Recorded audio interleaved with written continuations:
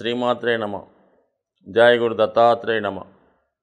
ఈ వీడియోలో మనం మార్చి 17 నుంచి 23 మధ్యలో జరగబోయే వార ఫలాలు సింహరాశి వారికి ఏ విధంగా ఉండబోతున్నాయి అన్న విషయాన్ని మనం ఈ వీడియోలో పరిశీలిద్దాం. సింహరాశి వారికి గ్రహాలన్నీ కూడా 7, 8, 9 స్థానాల్లో ఉండడం జరిగింది. అంటే ఒక విధంగా 9వ స్థానంలో ఉన్నటువంటి ప్రతి గ్రహం కూడా శుభ ఫలితాన్ని, అలాగే ఈ జన్మలో చేసుకున్నటువంటి పుణ్యఫలాన్ని మనకి అందివ్వడం జరుగుతుంది. సప్తమ స్థానం అన్నది ఒక విధంగా విదేశ వ్యవహారాలు, వ్యాపార సంబంధించిన విషయాలు, భార్యాభర్తల అనుబంధానికి సంబంధించిన విషయాల్లో తన యొక్క ప్రభావాన్ని చూపించడం జరుగుతూ ఉంటుంది. సో ఏదన్నా మొత్తం మీద సప్తమ స్థానం అన్నది రాశి చక్రంలో కానీ గోచార రీత్యా కానీ చాలా ఇంపార్టెంట్ అయినది. ఇది సప్తమం అన్నది వివాహ సంబంధించిన విషయాల మీద ఎక్కువగా మనం చూడడం జరుగుతుంటుంది. కానీ దశమ భావంగా ఉద్యోగ సంబంధించిన విషయాల మీద కూడా తన ప్రభావాన్ని సప్తమ స్థానం చూపెట్టడం జరుగుతుంటుంది. అలాగే చతుర్థ భావం, అందుకని సుఖానికి, స్థిరాస్తులకి, వాహనాలకి, ఉన్నత విద్య, ప్రాథమిక విద్య అన్నిటికి కూడా చతుర్థం చెప్తుంది. అంటే సప్తం అన్నది అంత ఇంపార్టెంట్. అటు దశమ భావ ఫలితాల మీద, అటు చతుర్థ భావ ఫలితాల మీద తన ప్రభావాన్ని చూపడం జరుగుతూ ఉంటుంది. రెండింటికి మధ్యలో ఉంటుంది కాబట్టి ఈ రెండింటిని బట్టే సప్తం ఉంటుంది. సపోజ్ చతుర్థ భావం బాగుంది, స్థిరాస్తులు బాగున్నాయి, మంచి ఎడ్యుకేషన్ ఉంది, మంచి సుఖపడే యోగం ఉందనుకోండి, ఆటోమేటిక్గా సప్తమ స్థానం యాక్టివేట్ అయ్యి మంచి భార్య, మంచి ధనవంతురాలైన కుటుంబం నుంచి అందమైన భార్య రావడం జరుగుతుంది. తద్వారా సుఖాన్ని పొందుతూ ఉంటాడు. ఎప్పుడైతే చతుర్థం పాడైందో ఇక్కడ సప్తమం కూడా పాడవుతుంది. వివాహంలో జీవిత భాగస్వామి ద్వారా వేధించబడడం, వివాహ సౌఖ్యం లేకపోవడం జరుగుతుంటుంది. అలాగే దశమ స్థానం ఏముంది? వృత్తి సంబంధించిన స్థానం. వృత్తి చాలా అనుకూలంగా ఉంది. మంచి వృత్తిలో మంచి దిగ్బలం పొందినటువంటి కుజ రవులు ఉన్నారు. మంచి ప్రభుత్వ ఉద్యోగం వచ్చింది, అధికార హోదా కలిగి ఉన్నాడు. ఆటోమేటిక్గా ఎమ్మటనే మంచి ఉద్యోగస్తులైన భార్య కానీ, మంచి బ్యాక్గ్రౌండ్ ఉన్నటువంటి భార్య కానీ రావడం జరుగుతుంది. తద్వారా జాతకుడు భార్య ద్వారా గౌరవాన్ని, హోదాని పొందడం జరుగుతూ ఉంటుంది. అదే చతుర్థం పాడైంది, ఏ అష్టమాధిపతి అక్కడ ఉన్నాడు, లేదంటే ఏ కంబస్టైన్ ప్లానెట్ ఉన్నాడు, ఆటోమేటిక్గా ఉద్యోగం స్థిరత్వం లేదు, సరైన ఉద్యోగం రాలేదు, ఉద్యోగ ప్రయత్నం చేస్తుంటే కాలయాపన అవుతుంది. ఈ కాలయాపన అయినంతసేపు వివాహం కూడా వాయిదా పడుతుంటుంది, సరైనటువంటి భార్య రాదు. ఇక్కడ ఉద్యోగం లేకుండా పిల్లలు ఉడతాడు. ఆ కారణం దశమం పాడైతే ఆఖరి వివాహం కూడా పాడవుతుంది. సో ఈ కారణం వల్ల అయితే సప్తమం బాగుందనుకోండి, ఖచ్చితంగా చతుర్థం యాక్టివేట్ అవుతుంది, సొంత గృహాన్ని కొనుక్కుంటాడు. దశమం యాక్టివేట్ అవుతుంది, ఆటోమేటిక్గా మంచి ఉపాధి అవకాశాలు పొందడం జరుగుతుంది. ఏదైనా సప్తమమే కీలకం. అందుకనే ప్రతి జాతకుడికి వివాహం అన్నది ఒక మలుపులాగా, అంటే సెకండ్ లైఫ్ లాగా స్టార్ట్ అవుతూ ఉంటుంది. మంచి భార్య, మంచి వివాహం జరిగితే ఆఫ్టర్ మ్యారేజ్ జాతకుడు అదృష్టవంతుడు అవుతుంటాడు. కొన్ని సందర్భాల్లో ఆఫ్టర్ మ్యారేజ్ పూర్తిగా డౌన్ఫాల్ అవ్వడం కూడా జరుగుతుంటుంది. అందుకనే సప్తమ స్థానం అనేది చాలా ఇంపార్టెంట్. మరి సప్తమ స్థానంలో ప్రస్తుతం ఒక విధంగా కుజ, శుక్ర, శని గ్రహాలు ఉన్నారు. చాలా సింపుల్ టెక్నిక్ ఏంటంటే ఏ భావంలో అయినా 2 శత్రుగ్రహాలు ఉంటే ఖచ్చితంగా ఆ భావం పాడై తీరుతుంది. 2 శుభగ్రహాలు ఉంటే ఖచ్చితంగా ఆ మంచి ఉన్నత స్థాయికి ఆ భావ ఫలితాలు వెళ్ళడం జరుగుతుంటుంది. ఇప్పుడు ఇక్కడ ఏమైంది? 2 శత్రుగ్రహాలు ఉండడం జరిగింది. ఒకటి కుజుడు, శని. ఈ 2 పరమ శత్రుగ్రహాలు కాబట్టి అవి 2 దెబ్బలాడుకున్నాయి అనుకుందాం. మధ్యలో ఎవడున్నాడు? శుక్రుడు ఉన్నాడు. అంటే భార్యకారకుడు, అలాగే మరి వృత్తికారకుడు అన్నిటి ఉండడం. ఈ 2 కారణాల వల్ల కంప్లీట్గా సప్తమ భావం అన్నది ఒక విధంగా పాడైంది అనుకుందాం. దాని కారణం వల్ల జాతకుడు ఈ వారంలో వృత్తి సంబంధించిన విషయాల్లోనూ ఇబ్బందులు ఎదుర్కొంటూ ఉంటాడు. అలాగే సుఖస్థానానికి సంబంధించినటువంటి స్థిరాస్తులు, వాహనం, మాతృ విషయాల్లో కూడా ఇబ్బందులు ఎదుర్కోవడం జరుగుతూ ఉంటుంది. మొత్తం ఇది 2 కూడా డ్యామేజ్ అవ్వడం జరిగింది. సో అయితే మరి కేవలం మరి ఈ వారం జాతకుడికి అనుకూలించే గ్రహం ఏంటంటే గురుగ్రహం ఒక్కటి మాత్రం భాగ్యస్థానంలో సంచరించడం వల్ల జాతకుడు ఈ జన్మలో చేసుకున్నటువంటి మంచి కార్యక్రమాల ద్వారా పుణ్య కార్యక్రమాల ద్వారా, మంచి కార్యక్రమాల ద్వారా జాతకుడు మరి ఎటువంటి సమస్యలైనా అధిగమించడం జరుగుతూ ఉంటుంది. ముఖ్యంగా 9వ స్థానంలో శుభగ్రహాలు ఉన్నప్పుడు జాతకుడు తన ధనాన్ని, కార్యక్రమాల్ని మంచి కార్యక్రమాల కోసం వెచ్చించడం జరుగుతుంటుందని చెప్తారు. అలాగే 9వ స్థానంలో గురువు ఉంటే వీరి యొక్క సంతానం 100% అదృష్టవంతులై తీరడం జరుగుతుంది. కంపల్సరిగా ఈ జాతకుడి కన్నా మంచి హోదాలో వీరి సంతానం ఉండడం జరుగుతూ ఉంటుంది. సో ఈ కారణం వల్ల మరి గురువు ఒక్కడే ఈ వారం అంతా కూడా ఈ రాశి వారికి అనుకూలమైన ఫలితాలు ఇవ్వడం జరుగుతుంది. అయితే ఒక ధనయోగం మాత్రం ఈ జాతకుడికి ఏర్పడింది.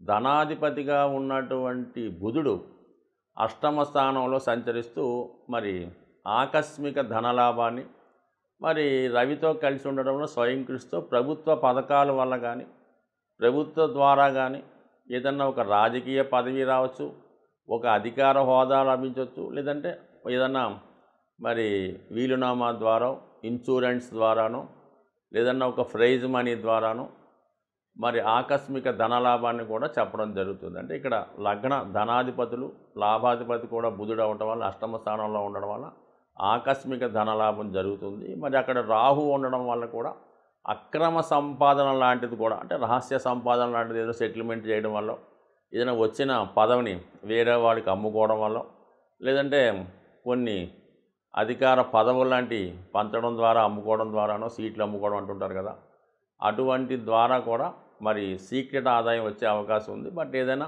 మరి జాతకుడికి రహస్య ఆదాయం వచ్చే అవకాశం ఉన్నది. బట్ దాని కంపల్సరీగా మరి అష్టమాధిపతిగా ఉన్నటువంటి గురువు కూడా భాగ్యస్థానంలో ఉండడం వల్ల జాతకుడికి ఒకేసారి అదృష్టం టర్న్ అయి మరి చాలా మంచి ఫలితాన్ని జాతకుడు ఒకే షాట్లో అది లక్షాధికారి అయ్యే అవకాశం ఈ వారం జాతకుడికి ఉండే అవకాశం ఉంది. ఈ నెల గ్రహాల యొక్క సంచారాన్ని పరిశీలించినప్పుడు ముఖ్యంగా ఈ మనకి 17వ తారీఖు తర్వాత 17వ తారీఖు నుంచి రవి మరియు రాహు గ్రహాల కలయిక ఏర్పడడం జరిగింది. అంటే ఇది ఒక విధంగా ఒక పితృదోషం లాంటిది. అంటే ఈ ప్రభావం ఎవరి జన్మజాతకంలో రవి, అంటే వాళ్ళ జన్మజాతకంలో రవి రాహుతో కలిసి కానీ, శనితో కలిసి కానీ ఉంటే, ఇప్పుడు ఈ రాహు రవితో కలిసి ఉండడం వల్ల జాతకుల మీద ఆ పితృదోష ప్రభావం చూపిస్తూ ఉంటుంది. అలాగే ఇంకొక విధంగా ఇది సంతాన దోషం కూడా. ఎందుకంటే ఈ సూర్యుడు సహజ పంచమ స్థానాధిపతి, అలాగే రాహుతో కలిసి ఉండడం వల్ల ఒక విధమైన సర్పదోషం కూడా ఏర్పడింది. ఈ రెండు ఎవరి జాతకంలో అయితే ఏర్పడతాయో వాళ్ళకి ముఖ్యంగా వాళ్ళ అభివృద్ధి చాలా వరకు ఆగిపోతూ ఉంటుంది. ముఖ్యంగా కుటుంబంలో శుభకార్యాలు వాయిదా పడుతుంటాయి. అలాగే పిల్లలకి సరైన ఉద్యోగాలు రాక, వివాహం జరగక ఇబ్బంది పడుతూ ఉంటారు. వ్యక్తిగతంగా జాతకుడు కూడా ఏదో ఒక బలహీనతకి లోనై దాంట్లో ఇబ్బంది పడుతూ ఉంటాడు. కొంతమందికి దీర్ఘకాలిక అనారోగ్యం కలుగుతూ ఉంటుంది. కుటుంబంలో ఎవరో ఒకరికి ఏదో ఒక హెల్త్ ప్రాబ్లమో, ఏదో ఉద్యోగ ప్రాబ్లమో, లవ్ ఫెయిల్యూర్ ఉంటూ కుటుంబ సమస్యలతో సతమతం అవుతూ ఉంటారు. ఆ కుటుంబంలో ఏదన్నా శుభకార్యం వచ్చిందంటే ఏదో ఒక చెడు కార్యక్రమం జరుగుతూ ఉంటుంది. వరుసగా ఏదో చెడు వార్తలు వినవలసి ఉంటుంది. సో ఈ కారణం వల్ల ఇప్పుడు మళ్ళా అటువంటి ఈ ఈ యోగం, అంటే రాహు ప్లస్ రవి కలిసి అటువంటి దోషం మళ్ళా జాతకంలో ఏర్పడడం వల్ల సుమారుగా నెల రోజులు ఏర్పడుతూ ఉంటుంది. మనకి ఇంచుమించుగా మార్చి 14 నుంచి ఏప్రిల్ 14 మధ్యలో ఏర్పడినటువంటి ఈ పితృదోషం, అలాగే సర్పదోషం, ఈ కారణాల వల్ల జాతకులకి, అంటే రవి ప్రతి ఒక్కరి జాతకంలో ఆత్మకారకుడు అవుతుంటాడు.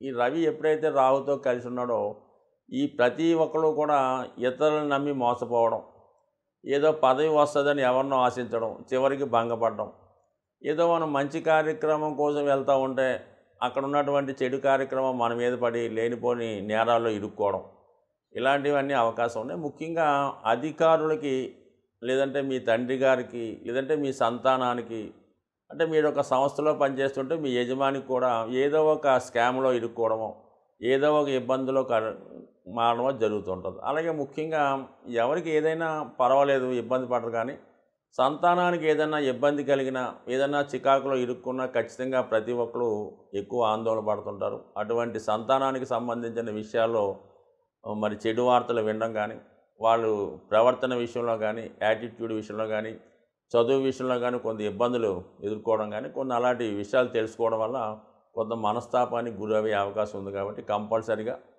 మరి ప్రతి ఒక్కరు కూడా మరి ఈ నెలలో అంటే మనకి మార్చి 14 నుంచి ఏప్రిల్ మధ్యకాలంలో ఎక్కువగా సూర్య భగవానుణ్ణి పూజించుకోవడం వల్ల, అలాగే విష్ణు సహస్రనామ పారాయణ చేసుకోవడం, ఆదిత్య హృదయాన్ని చదువుకోవడం, అలాగే తండ్రి గారిని కానీ, తండ్రి సమానుల వ్యక్తులను కానీ గౌరవించడం కానీ, వాళ్ళకి ఏదైనటువంటి మంచి ఆలోచన, వాళ్ళకి ఏదైనా అవసరానికి తగినటువంటి ఏదో ఒకటి గిఫ్ట్గా ఇవ్వడం కానీ, అలాగే ఎవరైతే అనారోగ్య సమస్యలతో బాధపడుతుంటారో చాలామంది హాస్పిటల్లోనూ, అనాథ శరణాలయాల్లోనూ, అంటే ఏ దిక్కు లేకుండా, ఎవరి ఆదరణ లేకుండా కొంతవరకు అనాథలుగా ఉండి హెల్త్ ప్రాబ్లమ్స్ ఉంటారు కదా, అటువంటి వారికి మీకు తోచిన మందులు కానీ, మీరు సేవ చేస్తే అంతమంది చాలామంది ఇష్టపడరు కానీ వాళ్ళకి మందులు కొనివ్వడం, వాళ్ళకి ఏదన్నా దుప్పట్లో వస్త్రమో ఏదో ఒకటి కొనివ్వడం వల్ల, వాళ్ళకి ఏదైనా ఫ్రూట్స్ ఇవ్వడం వల్ల కంపల్సరిగా